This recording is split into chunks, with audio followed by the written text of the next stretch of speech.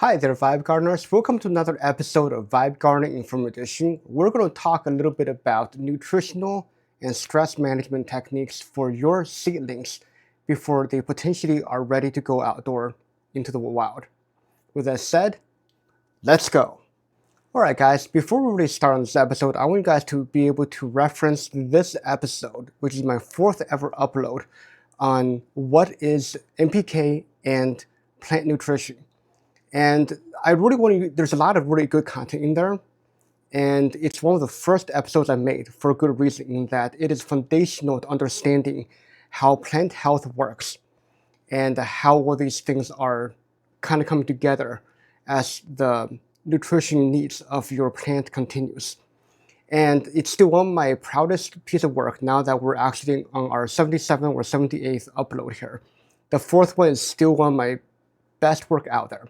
So please take a look at that video to get yourself familiarized with what the nutritional needs of a plant really is.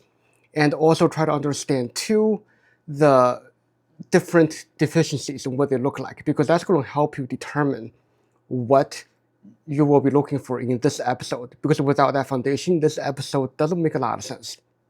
So one of the things that we'll be looking in this episode is going to be, there's going to be actually two parts of it. One's going to be looking at the stressors to a plant and try to understand which one of those are going to be more on nutritional end.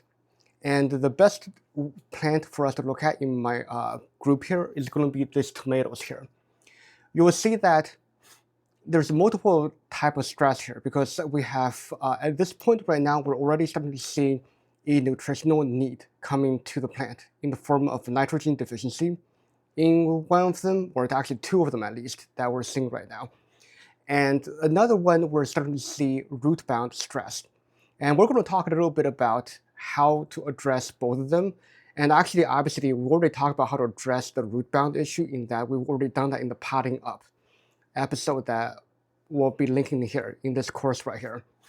And so what we're going to do is we're going to look at the stress. And the thing is, we want to understand that we want to, if possible, take care of those stress one at a time, because it takes the plants time to be able to really work with these things and get used to them. Now, granted, a plant's desire is to survive.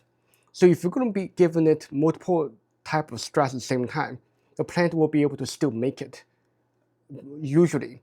And that's okay. But the thing is, since you're in control here, and if you've not noticed the theme of this course already, it's about getting control and using control to your advantage to accelerate your plant's ability to get to the outdoors in the best shape possible to give you the most yield for the season. So for us, we want to really minimize the amount of stress we're addressing one at a time, so that the plants have the best ability to not stall in their growth. So with that said, let's go into the close-up and talk about what they need. And then after that, I'm going to show you guys the nutritional supplement I'm using and how to use it properly to address these concerns. So here we go. All right, guys, so the first plant we'll look at is this tomato plant. As you can see, it's got quite a lot of true leaves already. This is actually already in the adolescent stage, if you will, of a plant. And as you can see here, this is a classic sign of root bound. It's look at how much root is starting to show on the edge of this plant. And the cool thing about this is that, as you can see here, looking at the leaves here, we're not seeing too much nutrition issues here. So this plant right here, this is a candidate for doing potting up first, which I have a whole entire episode on. You guys should look at that. And with this one, I actually will be disturbing the outside of the root before I plant it in there, because as we saw from that video, tomato is one of them that can handle a lot of root stress and still be quite healthy. So that's how we're going to take care of this guy right here. All right, so now these two tomatoes here are a lot different story, in that you see that there is still some root bounding going on here, but nothing nearly as bad as the other one. There is definitely some root visible on the side of these guys, but as you look at the leaves closer, you will see that, for example, this leaf right here, if you take a closer look at it, let me bring this guy up close and personal here, you will see that there's already some browning and dying here on the edge. This to me is kind of a clear sign that this guy is starting to show nitrogen deficiency, and all the leaves here is looking like it's actually a little bit yellower than what I'm used to seeing from tomatoes. And especially this one, you're seeing an even more definitive sign of nitrogen deficiency on this one.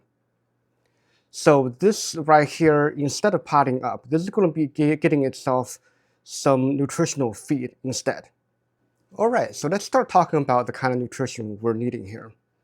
So one thing that almost all the experts agree on is when you are dealing with potted plants indoors, like we are with these seed starts, we have to use synthetic fertilizer.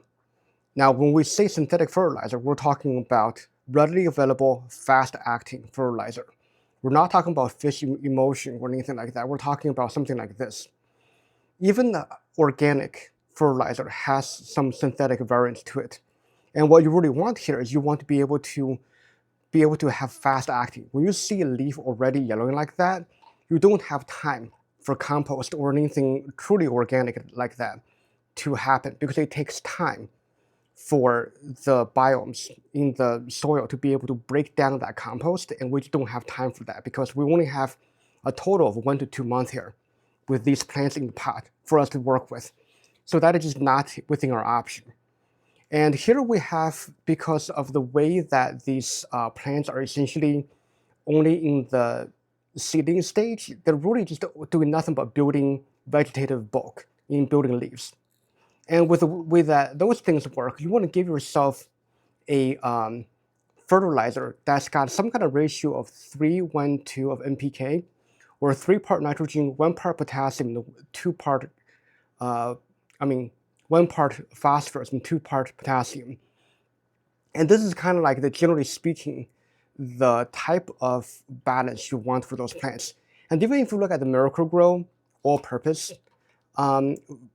fertilizer, it is essentially an amplified version of that. So if you look at the total amount and you kind of reduce it down to the lowest denominator, you will notice that Miracle-Gro all-purpose is just a stronger version of the 3:1:2 fertilizer, which is again the agreed upon best approach for vegetative state, especially for early seedlings like this.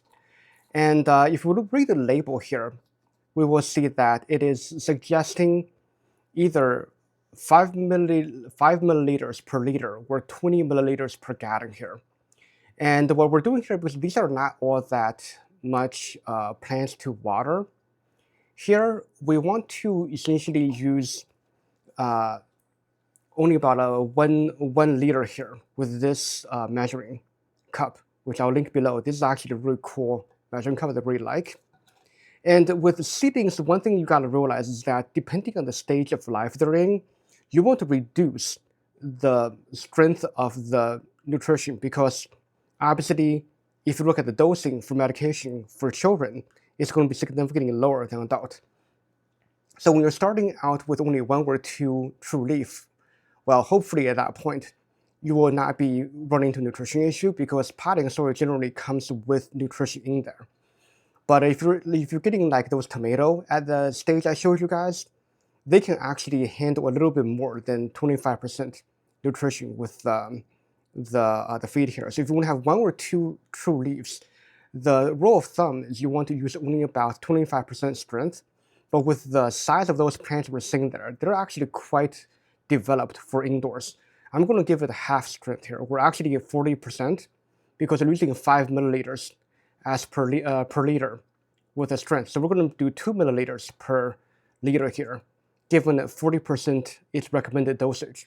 And that should be good enough to get your tomatoes that you saw there, those tomatoes out there, out of its yellow leaf funk that they got going. All right, guys, so earlier what I did was I took these droppers and I was able to get about 2 milliliters into this 1 liter pitcher here. And the one thing you gotta do with this nutrition is you want to make sure the soil is already wet, which, as you can see, it's already a wet soil that we're dealing with.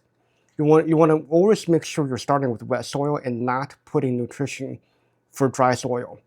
And I'm not going to go into the explanation of it, as that's in my Nutrition 101 video that I linked earlier. And basically what we're going to do is we're going to just basically give it a nice little watering to make sure it goes down. And that's pretty much all you really need to begin with. And you want to see how the plant reacts. And as you can see, there's already a little bit of puddling going on down here from that because it's already saturated water. And that's totally fine. And the thing here is that this nutrition here, as I said, this hydrogreen, is actually part synthetic and part organic nutrition that uses composted kelp in there, as well as some other stuff. So it is not only giving it synthetic nutrition, it's also giving it organic nutrition to give the soil some feed for the biome so that the bacteria can actually get to work and be happy and keep decomposing whatever compost is in here, which is quite important. And the synthetic fertilizer you have to realize too is that when you use it for a while, you want to make sure you're top watering with fertilizer. And the reason is that you're able to flush out some of the buildup salt that's in there as time goes. And that should be able to help your seedlings recover from that nutritional deficiency. All right, guys, so I hope that gives you a good idea of how you can, like me, address nutritional deficiency with your seedlings before they are ready to go outside into the open wild. So please check out my Nutrition 101 video for plants early in my channel. And I hope it's going to give you a good idea of what you're dealing with. So please let me know if there are other things you've seen from your journey and comment below.